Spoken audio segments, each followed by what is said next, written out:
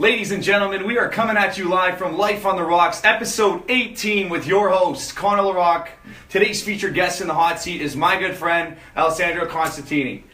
How you doing, my friend? Good, thanks for having me. Anytime, it's awesome. Oh, anytime. It's an absolute pleasure to have Alessandro on the show today. For anybody who doesn't know, he is the owner of Yes Theater, which is your premier theater within the city of Sudbury for emerging artists. Anyone, check them out online. They've actually had, in the last 8 years, over 30,000 people step into that building and watch some of your shows, so that's huge. Yeah, man. Honestly, I want you to talk to me for a second. What got you started in Yes Theater? Okay, so I have a deep passion for the arts, obviously. When I was a kid, I grew up in Garson, so... Okay. Garson, man. Okay. Garson, G-Town. And everybody pretty much plays hockey or hunts or whatever. For sure. And I'm the son of 2 Italian immigrants, so Okay. that wasn't really, hockey wasn't really a thing for us. And then I started doing some local theater here in town with Theatre Cambria and the Sudbury Theatre Centre. And then I was performing a lot for a lot of different charities and functions and festivals and things as a singer. Cool. Doing a lot of freebies for people. Yeah, for sure. That's the way to get promo, right? Yeah. And then when I was in grade 12, I went to St. Charles College. I was kind of working professionally in film and TV stuff a little bit, driving back and forth from Sudbury to Toronto for auditions and shoots and things. And then I was in grade 12 and I really wanted to put on this production of Hair. Now Hair is a musical that's all about hippies in the 1960s and the Vietnam War and things. So it's not necessarily appropriate for a Catholic high school. Yeah. So at that point I just kind of said, well, why don't we just make our own company? Exactly, yeah. And put the show up ourselves and we did that. Kind of, I just got a bunch of friends together and I was like, why don't we just do this? And most of my friends were like, not a chance. And a lot of my parents and my family members were like, you shouldn't commit to this is going to be too big, and where are you going to get the money, where are you going to get all these things? And then it was kind of just like one miracle after the other. One step at a time, right? Yeah. And we raised about $40,000 that year. Wow. We had some events at the Crusoe and all those kind of free gigs that I did for people. Yeah. I just called them up. I said, like, hey, I'm looking for $500 to help me out with this thing that I'm starting. And so different businesses kind of chipped in. And from there, it's just like exploded into this big company, right? And I went and got professional training as an actor at the George Brown Theatre Conservatory. And I graduated in 2014. And I've been working as throughout the industry in theatre mostly, all over the country and things. And we come back every summer and we do this stuff. And no kidding. We bring young people together. It was really a place where we could train together, right? Okay, young people could come together and kind of put on professional quality work. Exactly. And kind of not have any borders of like what school you went to or like at the time like the adults. Exactly. Yeah. But so it was just like this thing that we. You just started it, manifested into something bigger than it was. Totally. And that business runs currently all year, right? Yeah, so we run it all year. Our heavy times are in the summer, so production happens in the summer. We're primarily what would be called like a summer stock theater company, right? Okay. So there's different types of theaters. There's like, the Sudbury Theatre Centre runs they have like 6 or 7 shows throughout the year. Definitely, right? yeah. But we kind of do, everything we do during the year kind of gets ready for the summer months. Okay. So I'm trying to develop it into sort of like Stratford, right? Stratford and the Shaw Festival in Niagara-on-the-Lake. It is, I think it has the potential to become a major tourist attraction in the city in the summer months. So that's kind of what we're aiming towards. And we're coming up on the 10-year anniversary in 2019, so... Wow, that's it. Congratulations. Yeah. I was going to say, so... You primarily, are you a better singer or are you a better actor? You got to give it to you on the camera. Yeah, well, I feel like I think I'm an actor first. Okay, yeah. Just because I trained in acting, the school I went to wasn't musical theater. Okay, right? That's primarily what we do. I was going to ask you, is that primarily musical? So yeah, we do musicals. We're starting to. This year will be the first year that we're writing original work and stuff. Wow, that's huge. So we're making. I like to explain it to people as if. The steps that we're making now towards creating original work and it kind of expanding, it's the perfect timing for all this, right? Because we couldn't necessarily have done it in the past because I wasn't at a certain place in my own artistic practice and even just like knowing what's up with the business stuff, right? Absolutely, that's what's going on. It's literally been like, I have no formal business training and it's just been like by making some mistakes you learn, right? Exactly. You got to get out there, fail. And yeah, and it's been in our 7 years, our revenue has been 1.68 million. That's huge. So Honestly, it's pretty wild. And yeah, it is Absolutely. kind of 8 wild. years. That's a Yeah, complete up. yeah, and our expenses were less than that, so that's great. From an accountant standpoint, Yes. that's perfect. Yeah, You know, and you exactly. balance it out. Yeah. I was going to ask you. So if you're so you're running a musical theater. What do you think was the hardest part for you to execute in terms of your business? Like you said, he doesn't come from a business background, Yeah. but you've been successful. 1.8 million, guys. There you go. Yeah, I think you know, with the theater is not what people would say like a lucrative industry. It's okay? more just arts based, right? Yeah, like we're a non-for-profit, right? Oh, okay. I didn't realize that. Yeah, so we're a non-for-profit with charitable status. It's huge. But we are growing. You know, we're paying all of our artists. I'd like to pay them more money. I want Subry to be able to have a company where in the summer months, you know, young people who have left, especially for artists, right? There's not so much income that we can make in the city, and I kind of think that's bullshit. Yeah, right? no, that is You a know? little bit. No kidding. I want to be able to come home and be here for 6-7 weeks on a contract and stay with my family and Exactly, make and work play in the some community shows. that I love, right? And I also want to be able to go to other places in the country because that's kind of my goal as an artist is to work all over the world. Right? Definitely, no, absolutely. And spread what I think of the world and spread my views on art and my views on life. And but I think the most difficult thing has certainly been just like, though it's been really successful, it's been like just getting the community like That's it. into Stirring the it, buzz, right? getting the virus And going. but I think we've done a really good job. We try to go to like, you know, tons of different festivals in the summer. We did the Absolutely. Dragon Boat races. We did the Italian festival. We did the Relay for Life. So we take our work to the public rather than having the public wait to come to the theater. You know. No, for sure. So we kind of spread awareness that way with the company. But I was going to ask you, so cutting, not to interject here for a Yeah, yeah. second. So, I mean, that's probably one of the most, like, the hardest parts of the business, you know, marketing it so that you're going to get those numbers. Like Yeah. you did to pump out the 1.8. What do you find? So, like you said, you're showing up to some of these festivals. Are you heavy on social media? I've seen some of your stuff. I looked into it. I think we are. I think we're getting there. Creating, stirring a Yeah. buzz, right? Yeah. What are some of the techniques you use in terms of getting people invested in the theater? If you're not coming, so for instance, let's say I'm not from an arts background, Yeah. you know, I'm not interested. You're like, well, maybe bring your girlfriend or your boyfriend Yeah, out. Like, totally. you know, how do you stir the buzz a little bit for That's these shows? actually like part of the mandate for Yes. As much as it's about providing opportunity for young artists, it's also about introducing the theater to a new generation, right? I like that. And that doesn't just mean young kids, right? It means like there's people in Sudbury who are in their 50s who have never been to the theater, right? So in my opinion, like, you know, I could go to Toronto and just stay there, but then I'm like, there's work that needs to be done. here, Exactly, right? you got to make a Like, movement. how are we going to keep the art form alive if we're not bringing it to places that desperately need art, right? So we do a whole number of things. One thing that is kind of specific to Yes, we do this thing called we go and chalk the town. Okay. Okay, yeah. So we'll go out at like, you know, with the gang of peeps, we'll go out at like midnight or 1 in the morning and just like go to Costco Exactly. and just like write these big chalk campaigns and be like, you know, Billy Elliot at the Sudbury Theatre Center. We put the Really? website and we put it on the ground. We put it outside like the old rock coffee shops, all these places. Yeah. So that's like kind of a marketing campaign that is super cheap and That's it's also a good super time. cool, You just yeah. drive around town, you know, jam to tunes and. They're drinking too, I bet. No, I'm just kidding. No, I'm just joking. no. That's right, no. That's after we do, Yeah, you know, no. after we're finished. But so that's kind of a really dope thing. That's interesting. And, Never heard that before. And then of course with the theater, we try to, you know, we make videos and things that kind of show a glimpse into the process. Okay. Because people so rarely get to see rehearsals and get to see Yeah. like, you know, when people building the show. They just come to the theater and see the thing on stage and think like, okay, it's done. It just started But overnight. there's like, you know, thousands of people that like build this the thing whole up, entire right? thing, yeah. Yeah, it's ridiculous. From production then till we Yeah, well, get it from started. auditions to like rehearsals and being in there and like, you know, we're sitting there being like, I don't know what this song's gonna look like, and then the next day it's this brilliant thing or not so brilliant. Yeah. And we fix it, you know.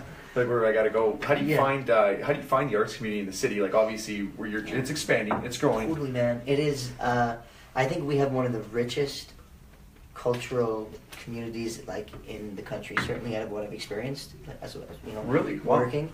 I just think there's like Sudbury has such dope artists Yeah, and people who really care about the work, and we have such a unique perspective, right? exactly. And that's why I care about the city so much, because I think like our voice, you know, the Northern Ontario narrative, is vastly underrepresented in the Canadian theatrical canon. Okay. Okay. So I want more Northern Ontario artists to be working. I want more of our stories to be shared throughout the Exactly, country, yeah. and to kind of like start to carve our name on the national Exactly. stage, To have, right? so some people say these artists are coming out of Sudbury. Yeah, They built this totally. representation. And I mean, there are like Anthony Cimolino, who runs Stratford. Like Yeah. he's technically the most influential theater person in North America, Okay, yeah. and he went to St. Charles College. No kidding. Wow. Like, you know what I mean? So there are a lot of people from here who are making huge kabooms in the art world in Canada. I just think there's not enough things bringing them back.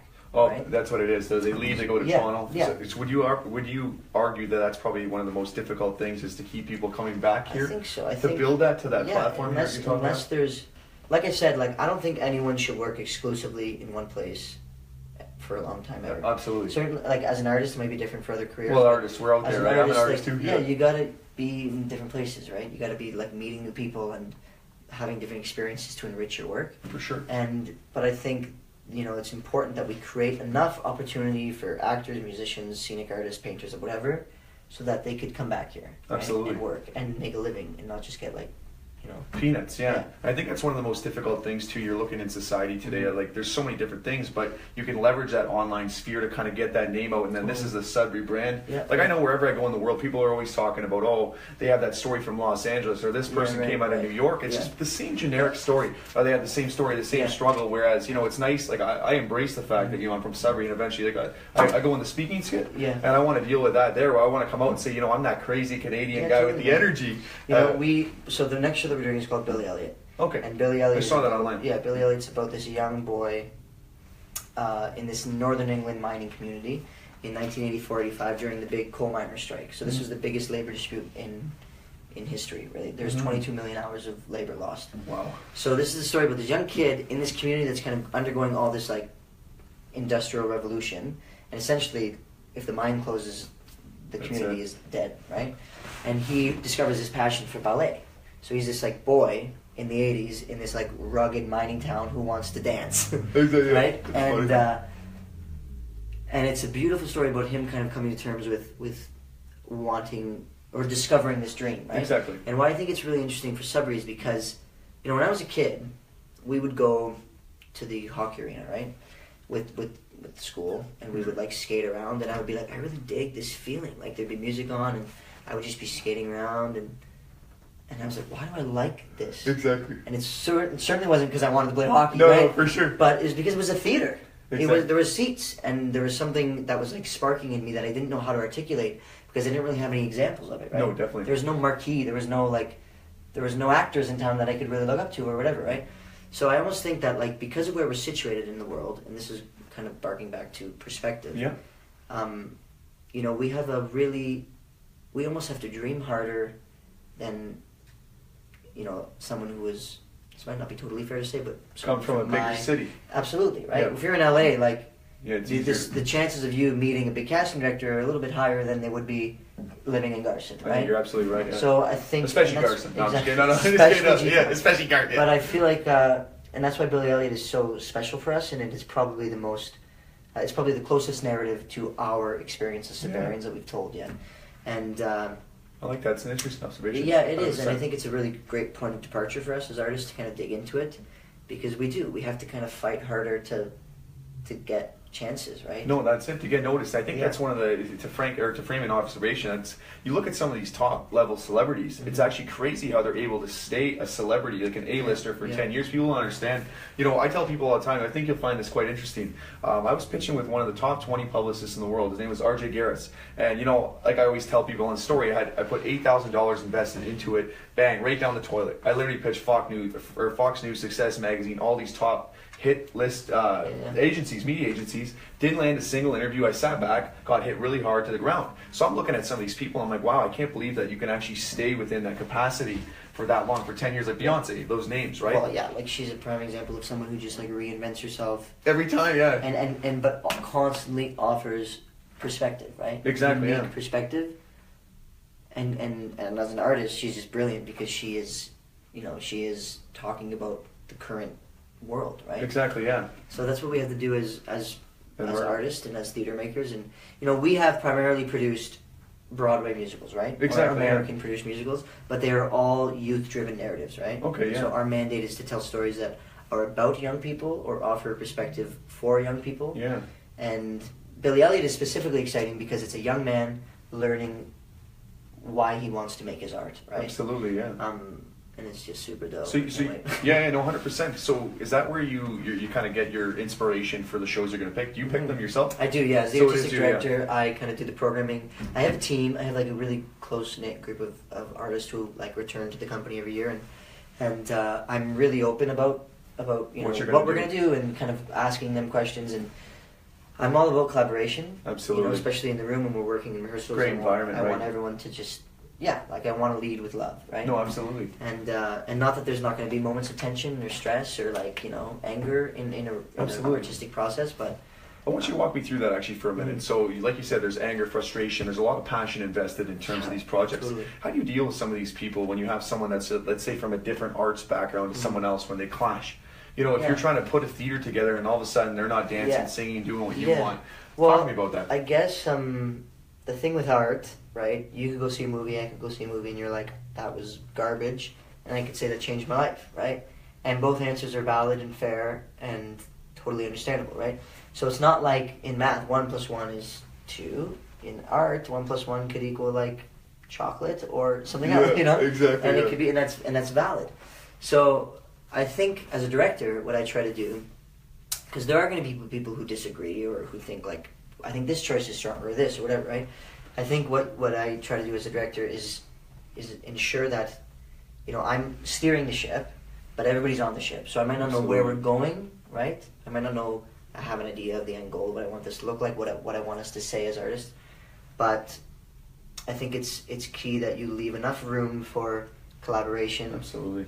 Like a healthy amount of space, right? Most definitely. Because it's not... you can't have like a million people, putting up. We're gonna do all this, five things. Right? It's like no, this is it. Well, I'm the one, who decides in the end. But I think there's just a fine line that you need to kind of dance and kind of mix it around. Totally. Actually, you kind of go with the flow and you feel it out, and you also know like that's what auditions are for, right? Like I try to bring together people who aren't just elite actors or musicians or singers or whatever, but I also look if there's people who I think like they need this experience so that they're not going to be a star, right? Exactly, yeah. They're not going to go and become an actor and go to Stratford or be in movies and things, but I could see that this young person needs this opportunity so that they could gain a confidence that will see them to become leaders in whatever it is that they choose to do, right? Absolutely, completely. And that's like the difference between my company and another professional companies where I try to have people who have been on stage for like 20, 30 years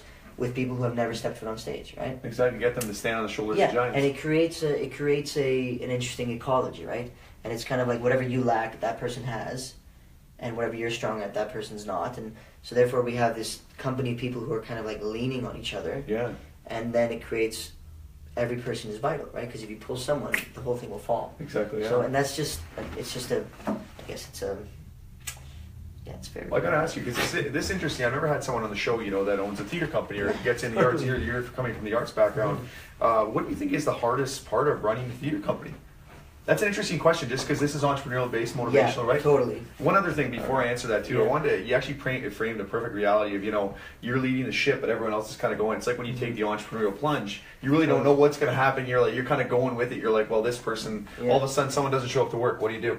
You know what I mean? It's the same thing. They don't show up to the show, or they screw up something. It's one of those interesting or ideas, right? I mean, I haven't. It's funny. Like you messaged me a couple weeks ago about this interview, and I always kind of forget that what I've done is entrepreneurial. You're an entrepreneur, 100%. But I was just like, I'm just making art with my friends. Yeah, like, exactly. Yeah. Getting paid a little bit too. Yeah. So, but yeah, I guess it is a business at the end of the day, right? And I think arts are underfunded, and there's only so much money they could charge for tickets, and operating expenses are so much, and so funding is definitely difficult. For sure, and you're not profit. We have to write a lot of government grants. Yeah. I spend a lot of my time writing grants, looking for money, applying to foundations, searching for community members, business owners. Getting out there too, who want to support us and help us. So if anybody would like to support Yes Theater, contact me. Right there, yeah, you got them right off the contact here. Yeah, so I think that's the hardest part for me personally, because I love making the art, and I find when I'm in rehearsals, it might be stressful things, but it's almost therapeutic. The stuff that keeps me up at night is like, okay, where am I going to get the $10,000? Exactly, yeah. Whatever, right? That's one of the worst dynamics. So that'd be that. It's just a funny. So, and you guys are nonprofit. So talk to me about that. Being that you're nonprofit, like as a business, like that must be a little bit difficult too. Like you said, you're finding funding. Yeah. So there's various levels of funding that we could apply for. There's municipally the arts grants, arts and culture grants, the Ontario Arts Council and the Canadian Arts Council. There's also programs like the Ontario Trillium Foundation and Northern Ontario Heritage Fund. So we kind of apply to different groups for Absolutely. money. And then we just fundraise. We fundraise and fundraise and fundraise. And you kind of set a goal at the beginning of the year, and the members, the people who are in the company, I give them sponsorship forms. So if they have family members or friends with businesses, purchase ads and things like that for the program. And so you kind of have a couple different pools. You have we do a gala every year where we try to raise about $15,000. Yeah. And we try to set a goal for government grants, and it also depends, right? Like some grants are more based on community impact. Some are based on artistic merit. So you kind of have to tailor these grants. Grant rating is like a really specific thing that you. It's like law. You got to write. Yeah. It's because if it's community impact based, well then I talk less about the show and I talk more about the impact on the community. Definitely. And then if it's more context is everything. Yeah. If it's more based on artistic merit, then I'll talk about this piece the story is about a young boy dancing in a community that is kind of like ours, and telling a narrative that is important for people here to learn and hear and offer perspective, right? We always want to offer perspective and get people talking. And when you leave the theater, you should be changed, right? You should be thinking differently about what you saw, and whether you came in closed off to that or opened up to it or whatever. You want to leave having a little bit more information about what the theater is. Get a little bit deeper. About what the story was, what right? Story, yeah. You want to relate to it as well. Totally. Obviously, that's what you want to. And we just want to create conversation, right? When people leave the theater, I don't want them to just go sweet. I want them to be like, cool. Well, now I think this about that. What do you think? I think this, and start kind of a stimulating conversation. It's opinions, right? It's about Absolutely. I want to talk to you about something too. Like I said, so I'm a millennial entrepreneur. This is an entrepreneurial-based motivational show, just businesses and people that are peak performers. I want to talk to you about the aspect of sales. You're running a business, and this is a controversial question a lot of the time. People don't like sales. They don't like the stigma associated. I embrace it. I'm a sales guy. I'm not here to screw anybody. I'm here to build relationships. That's my job, right? Yeah, that's true. How do you feel about the aspect of sales that you got to get out there? You're promoting, i.e. selling. You're not taking people's money, but you're selling your product to the consumer. It's interesting, so if we talk about fundraising, and be honest money, too, yeah, absolutely. If we talk about fundraising money in those different avenues, that I feel really comfortable in, right? If I get a bunch of business owners in a room, and I kind of have a presentation for them, and I'm asking for whatever $2,000 or $3,000 at the end of it, that's where I'm able to kind of bring in my performer skills as well, right? Because you have to actor, everything. Yeah, you gotta pitch it. You gotta make it sound great, and you want to make them feel like they are contributing to something. And like you said, I think it's good. It's good that the intention is never, like you said, to screw people. Never. Right? You're not coming to take money. You're just doing your job. I want you to become a part of this, right? So I kind of frame it as in you are entering into my family, right? I like that. And I try to keep it really personal. When it comes to ticket sales, we struggle because the theater is competing against the movies and Netflix and this and that, where you pay $8 a month and you have whatever. But you come to see one of my shows and an adult ticket is $42, right? Exactly. But because we have to pay for sets, for costumes, actors, and all these things, our budget for Billy Elliot is about $150,000, right? And that's about an average for a show, 150 to 200, unless it's small. But this is 35 people. Just a bit, Yeah, so it's quite large. So but I also am not gonna step back and charge nothing, right? Because, no, of course not. Especially being a millennial. This is your work, I think it's important that we start to cultivate an understanding and appreciation for the arts, because I don't want young people to think well, how come I can't pay $10 for this? Well, you have no problem going to the bar and spending $50 on X amount of beer. That drink for that, You know what I mean? So it's come to the theater. This is something that is a lot of people are contributing to this. It's in front of your face. It's live. Exactly. There's musicians, there's artists, there's people who did the lights, there's people who are giving up programs. What I like about what you do is you create the experience. It's different than just sitting in the movie. Yeah, the movie theater, they create experience, with all the sounds and everything else like that with the chairs. But I mean, you're actually live. You get to see real people and moving. And the thing is too, the theater used to be the place where everyone came together. In ancient Greek times, that's why those things seat 6,000-7,000 people, right? So true. because it was the communal place, and Absolutely. I look at the theater like it's as sacred to me as a church is for some people, right? Like it's a place where you come together, you hear the stories of the world in peace, right? But I'm also like, I don't want people to think like, ooh, when can I laugh? And like, can I not be on my phone? And you know, there's a certain etiquette and all these things. But unless we come, we're never going to learn, right? Exactly. So young people need to get to the theater and embrace it because it is super dope. No, exactly. And that's what we're trying to do. We're trying to make theater that is make it cool interesting. Again. Is it, Yeah, make it cool again. Almost right? in a sense, yeah. It's just kind of like. I don't think it ever became uncool. It's just there was some different dynamic. There's so much stuff we're exactly. exposed There's to. so many things. Like you want to go play hockey, paintball, soccer. Totally. It's like we're going to the bar night. Yeah. Like there's like 4 people there. Yeah. You know, that's the reality we live in. Totally. To close this off, I want to ask you. So, what can we expect from you and Yes Theater? Yeah. What can we see coming up next? We have your big show coming up, but what else can we expect in the future? We've just launched a new portion of the company called the Yes Theater Orchestra. Okay. So this is when we're going to be doing. In this December, we're going to be doing Beauty and the Beast in concert. So the orchestra means that we're going to be taking family-friendly musicals, because some of the ones we do in the summer might not always be Family-friendly. right? But we're going to be taking these pieces that have like really lush, beautiful scores, and it offers the audience a really intimate experience with the music. So it's like minimal set, minimal lighting, just kind of the actors and microphones, and then an orchestra of 25 to 30 musicians. So it's a really intimate experience with you and the music, and you get to hear it with all these crazy instruments and things, which rarely happens in the theater because it's so expensive to hire a full orchestra. So that's coming up. That's going to be every December, and then we're starting this new project called From the Ground Up, which we're bringing together 10 professional artists and 40 young people from the community. So we're looking for young people to contribute to this. It's going to be a 10-week program. And the intention is kind of to talk about what it is to be a young person in Northern Ontario. And it's a little bit of a response to this millennial stigma, this weird thing that's going around. And essentially, throughout these 10 weeks, we're going to be talking about various themes and things, and the artists are going to kind of facilitate exercises, and we're going to have a team of writers who will take these stories and these ideas and these concepts, and we're going to create a narrative. And we're going to develop it into a musical that will debut for season 10 in 2019. Wow, that's huge. That's kind of the next big thing. So if you're a young person who has ideas, and it doesn't need to be just people who are into the arts, right? I want perspective. Absolutely. So if you think you have something to offer, something to say, that'd be huge. get in touch with me, and I will let you know how to do it. Yeah, you're going to get it through me or social media. Yeah. So for anyone else out there, give them your Instagram, your Facebook, Yeah, so LinkedIn. we are Yes Theater. That's As in YES, you got it, no. Yes Theater. You can find us on Facebook, and you get all the information there. Or if you go to yestheater.com, you'll be able to click on links to all the Twitter, the Insta, all the things. I like that. No, honestly, I got to say you've done an exceptional job, and you are the definition of people say you can't find a job. Create one just like you. He's doing what he loves. That's theater right there. It's been a pleasure, man. Thanks, dude. Honestly, Thanks for having me. Anytime. Is it awesome? Come see Billy Elliot. Aiden, where are you, my film guy?